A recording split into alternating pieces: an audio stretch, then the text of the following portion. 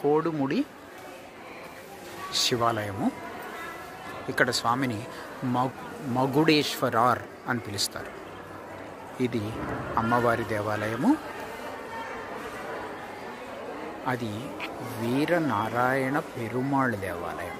వీరనారాయణ పెరుమాళ్. ఇక్కడ బ్రహ్మ విష్ణు మహేశ్వరులు కూడా ఉన్నారు.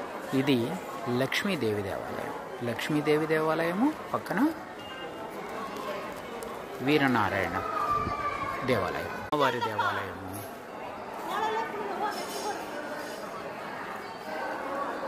క్షేత్రంలో ఉన్న బ్రహ్మ పుణ్యతీర్థం. ఈ తీర్థాన్ని పూజించడం వల్ల గురుకృప, విద్య, జ్ఞానము మరియు ఆత్మజ్ఞానము కలుగుతాయి అని చెప్తారు.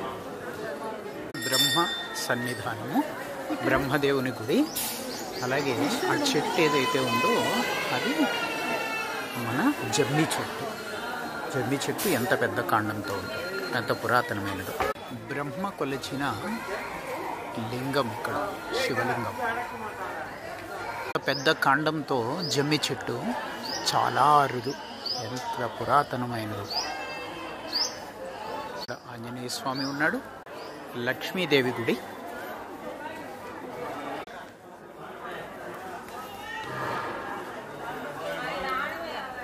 ఇది శ్రీ వీరనారాయణ పెరుమాళ్ సన్నిధి. జై శ్రీమన్నారాయణ.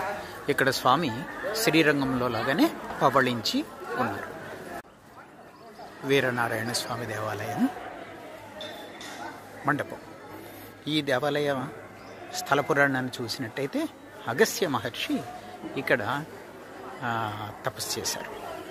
ఇక్కడ అగస్త్య మహర్షి కమండలం నుంచి వచ్చిన తీర్థము కావేరిలో నదిలో కలిసి కావేరికి ఇక్కడి నుంచి కింది ప్రాంతంలో ఉన్న రైతులందరి పాలిట కల్పవృక్షంగా పంటలు చక్కగా పండే తీర్థంగా మారింది అని చెప్తారు. అగస్త్య మహర్షి ఇక్కడ శివలింగము ఒకనొక సందర్భంలో మాయమవుతూ ఉంటే అగస్త్య మహర్షి ఆ శివలింగాన్ని పట్టుకుని ఆపేరట. ఈ శివలింగం మీద స్వామి అగస్త్య మహర్షి యొక్క వేలి ముద్రలు, ఆ చేతి ముద్రలు కనిపిస్తూ ఉంటాయి. అలాగే భరద్వాజ మహర్షి కోరిక మీద శివుడు ఇక్కడ శివతాండవం చేశాడట.